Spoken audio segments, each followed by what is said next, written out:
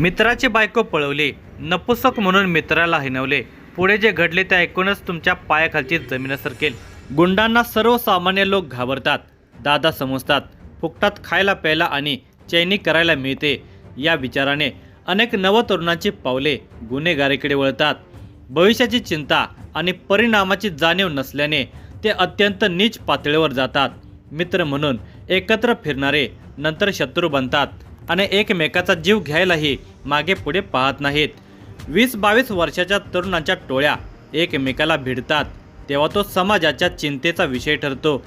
कोल्हापुरात काही तरुण गुंडगिरी करत होते. त्यांची टोळी होती, पण यातील एकाच्या पत्नीशीच महेशने प्रेम संबंध ठेवले व पळवून नेले. इतके करून तो थांबला नाही, तर तो त्याच्या पतीला आणि टोळीतील तरुणांना नपुसक म्हणून हिणवू लागला. या अत्यंत नीचपणाला तितक्याच नीचपणे उत्तर देण्यास ही टोळी सज्ज होती. अखेर त्या टोळीने डाव साधला आणि महेशचा निर्गुण खून केला. ही सविस्तर घटना पुढे पाहण्याअगोदर जर तुम्ही या चॅनेलवर जर नवीन असाल तर प्लीज आपल्या ह्या मराठी चॅनेलला नक्की सबस्क्राईब करा. काही वर्षापूर्वी आदित्य शशिकांत गवळी आणि सिद्धांत शशिकांत गवळी या भावाने गुन्हेगारी क्षेत्रामध्ये प्रवेश केला होता. त्या दोघांनी अल्पावधीमध्येच कोल्हापूर शहरातील फुलेवाडी परिसरामध्ये गुन्हेगारी क्षेत्रात चांगलाच दबदबा निर्माण केला होता. गवळी गँग म्हणून त्यांची गँग ओळखली जाऊ लागली होती. या गँगमध्ये परिसरातील गुन्हेगारी प्रवृत्तीचे तरुण येऊ लागले. त्यामध्ये महेश राजेंद्र राख, वय वर्ष 23, राहणार फुलेवाडी, रिंग रोड, अहिल्यानगर, होळकर नगर, कोल्हापूर हा तरुण सामील झाला होता. गवळी गँग ही गुन्हेगारी क्षेत्रामध्ये एकमेकांना मदत करत असल्यामुळे त्यांची गँग मजबूत होत गेली होती. परिसरामध्ये दहशत माजवणे हेच त्यांचे काम होते. अजून 25ही न गाठलेल्या या तरुण मुलांची पावले गुन्हेगारीकडे वळलेली होती आणि त्यांना कशाचेच भान उरले नव्हते. आपल्या कृत्याचे परिणाम काय होतील याची त्यांना जाणीव नव्हते. लोक आपल्याला घाबरतात हे पाहून त्या पोरांना जास्त चेव चढलेला होता. जवानीची रग आणि दहशत माजवण्याचा विकृत आनंद घेणाऱ्या या तरुणांनी अनेकांना विनाकारण त्रास देणे सुरू केले होते. त्यांच्या दहशतीमुळे कोणी फार विरोध करत नव्हते, पण इतरांना धमकावणारे हे तरुण एकमेकाला धमकावणार नाहीत असे थोडेच होते. या गँगमधील गुन्हेगारांचे एकमेकांच्या घरी येणे जाणे होते. एकमेकाच्या घरातील सदस्यांची ओळख होती. यातूनच महेश याची ओळख गँगमधील एकाच्या पत्नीसोबत झाली. पाहता पाहता महेशने तिच्याशी ओळख वाढवून मैत्री केली. दोघांचे बोलणे चालणे इतके वाढले की दोघे प्रेमात पडले. त्याने तिच्याशी प्रेम संबंध ठेवले आहेत ही बाब इतरांना कळण्यास वेळ लागला नाही. यातूनच महेश आणि गवळी गँग यांच्यातच वितुष्ट निर्माण झाले. आता महेश हा गवळी गँगचा शत्रू झाला होता. यावर कडी म्हणजे 1.5 वर्षापूर्वी महेश राख याने चक्क तिला आपल्या घरी आणून ठेवले. तो तिच्यासोबत बिनधास्तपणे राहू लागला होता. तिला बायकोसारखी फिरवू लागला. तो तिच्याशी लग्न करणार होता. त्यामुळे खुन्नस आणखीनच वाढलेली होती.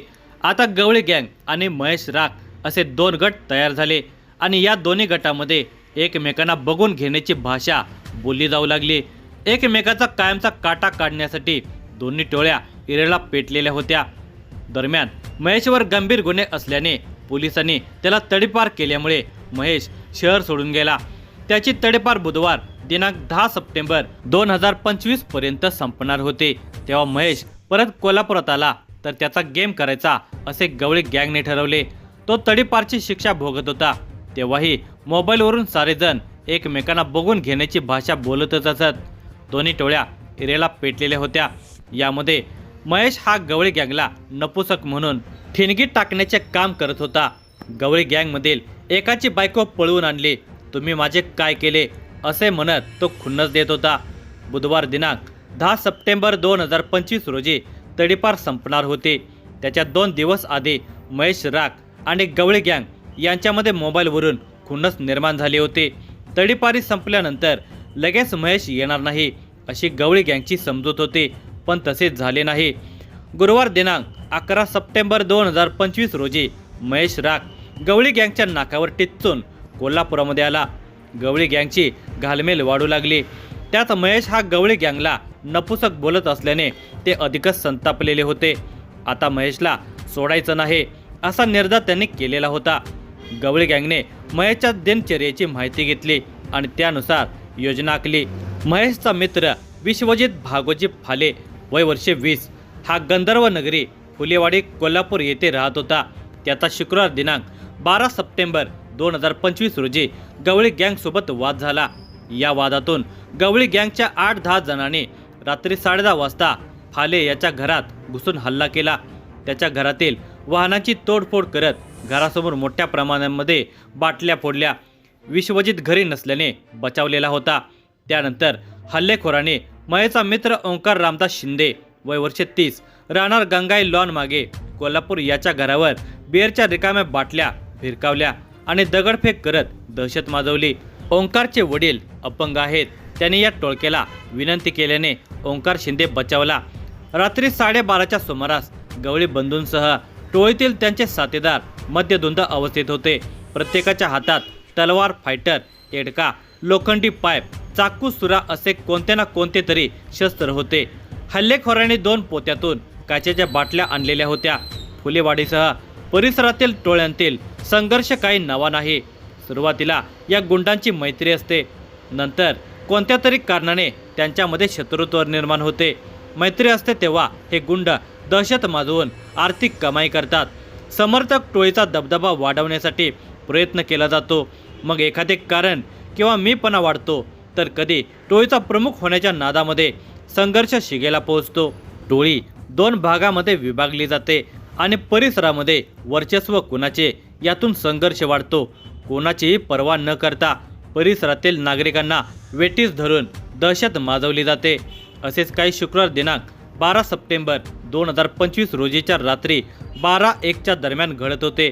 परिसरामध्ये काचेच्या बाटल्या घरावर आणि रस्त्यावर फेकून आरडाओरडा करत होते। हल्लेखोरांनी 2 पोती भरून काचेच्या बाटल्या आणलेल्या होत्या। रात्रीच्या वेळी अचानक झालेल्या या प्रकारामुळे गंगाई लॉन मागे असणाऱ्या पहिल्या गल्लीमध्ये राहणारे सामान्य नागरिक अक्षरशः भयभीत झाले होते। सारे दृश्य उघड्या डोळ्याने पाहत होते। गाड्या फोडायच्या, दारातील साहित्याची नासधूस करायची, ज्यामुळे त्यांना वाटते की अशा उच्छादामुळे आपण परिसरामध्ये मोठे दादा म्हणून ओळखले जाऊ। सामान्य नागरिक पैशाला पैसा जोडत लहान मुलांच्या इच्छा मारत गाड्या घेतात, सामान घेतात।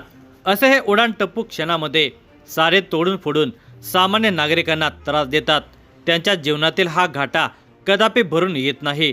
या उडाणटप्पू लोकांना पोलिसांनी पकडले तरी थोड्याच दिवसामध्ये ते जामिनावर सुटून येतात आणि पुन्हा हाच खेळ खेळला जातो। यावर कडक शासन झाले पाहिजे, त्याशिवाय सामान्य नागरिकांचे जीवन सुखकर होणार नाही।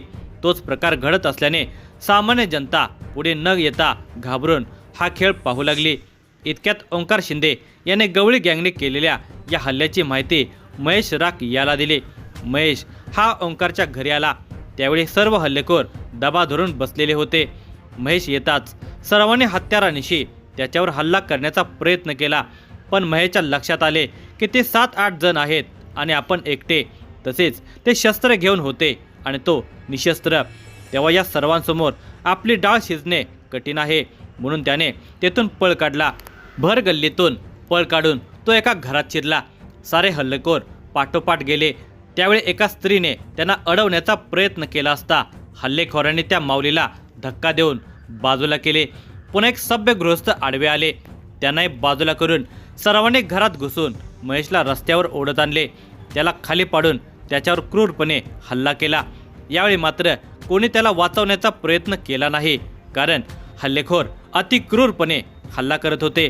5 मिनिटातच महेशच्या शरीराची अक्षरशः जाळण केली। तो मृत झाल्याचे बघून देखील ते त्याच्यावर वार करतच राहिले। तो ठार झाल्यानंतर संशयित आरोपी पळून गेले। घटनेची माहिती मिळताच महेश राख याच्या नातेवाईकांनी घटनास्थळी धाव घेऊन त्याला उपचारासाठी तात्काळ CPR मध्ये दाखल केले, परंतु डॉक्टरांनी तो उपचारापूर्वीच मृत झाल्याचे घोषित केले। घटनेची माहिती मिळताच करवीरचे पोलीस उपअधीक्षक सुजित कुमार क्षीरसागर, स्थानिक गुन्हे अन्वेषणचे पोलीस निरीक्षक रवींद्र कळमकर, जुना राजवाड्याचे पोलीस निरीक्षक संजीव झाडे व इतर पोलीस कर्मचाऱ्यांनी CPR व घटनास्थळी धाव घेतली। करवीर पोलिसांनी सिद्धांत शशिकांत गवळी, आदित्य शशिकांत गवळी, दोघे राहणार दत्त कॉलनी, फुलेवाडी, कोल्हापूर धीरज शर्मा राहणार रामानंद नगर कोल्हापूर, वृषभ साळके उर्फ मगर राहणार पाचगाव कोल्हापूर, मयूर कांबळे राहणार साने गुरुजी वसाहत, पियुष पाटील राहणार क्रांतिसिंह नाना पाटील नगर, सद्दाम कुंडले राहणार बीडी कॉलनी कोल्हापूर यांच्या विरुद्ध गुन्ह्याची नोंद केली। या गुन्ह्यातील सामील सर्वजण रेकॉर्डवरील गुन्हेगार आहेत। मृत महेश राख याच्यावर करवीर आणि जुना राजवाडा पोलीस ठाण्यात 4 गुन्हे दाखल आहेत। तसेच हद्दपारीची शिक्षाही भोगून आला होता। जखमी विश्वजित फाले याच्यावर 4 गुन्हे दाखल आहेत। हल्लेखोर आदित्य गवळी याच्यावर 3, धीरज शर्मा याच्यावर 5, वृषभ मगर याच्यावर 10, सद्दाम कुंडले याच्यावर 5 गुन्हे दाखल आहेत। या प्रकरणामध्ये पियुष अमर पाटील वय वर्ष 23, मयूर दयानंद कांबळे वय वर्ष 22, सोहम संजय शेळके वय वर्ष 22, बालाजी गोविंद देऊलकर वय वर्ष 26, जुनेद मनसूर पटेल वय वर्ष 27 या संशयितांना अटक केली। तर सोमवार दिनांक 15 रोजी आदित्य हा CPR रुग्णालय परिसरामध्ये आल्याचा सुगावा पोलिसांना लागला।